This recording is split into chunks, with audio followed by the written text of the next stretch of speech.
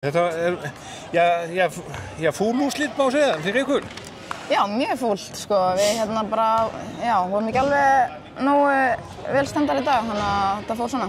Þetta var svona jafnt, náttúrulega bara allan tíman, má segja? Já, eiginlega, og bara hörkuleikur, við sem alveg hvað við vorum að fara út í þannig séð sko, en það er ekki hægt að vera bara 80% þegar maður er að mæta fram, þannig að það þarf að vera 110, þannig að við vorum það ekki í dag og þá fer þetta svona. Já, og það eru svona aðeins farnar að anda ofan í hálsmánuð okkur í lokin? Já, það þú veist, þetta er bara allt mjög, þú veist, já, þetta er bara allt mjög jafnt hjá okkur, þannig að þú veist, það er erfitt að segja nákvæmlega hvað fór úrskeiðis sko, þannig að mér var allavega vanta töluvert grimmt hjá okkur, það bara, já, algjörlega. En þið eru Haukar núna á miðvikudaginn áður en þið farið svo út, þannig að það er ekki langur tími til þess að sleikja sárin?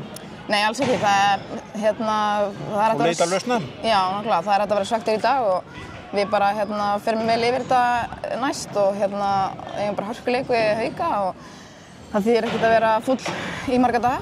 Nei, það var bara að reyna að leysa á því sem betur má fara. Já, algjörlega. Já. Og það er bara hörkuleikur, það er náttúrulega skiptir miklu máli fyrir lokasprettin að reyna að halda deildarmeistaratitlinum. Algjörlega, þetta er svona vanmetinn titill sko, þetta er þrautseigjan, þannig að já, þótt að sé kannski ekki mikið talað um hennar titill þá er þetta alltaf svona merki bara svona jafnan leik yfir tímabilið, þannig að það er mjög sterkt að vinna deildarmeistaratitilinn, þannig að við stefnum sjálfsögðu á hann, þannig að við þurfum bara að sýna betri frammistöðu ef við viljum tryggja okkur hann. Og náttúrulega fyrir utan það að fá heimaleikja rétt þá alveg til loka í úrslitakeppninni. Algjörlega.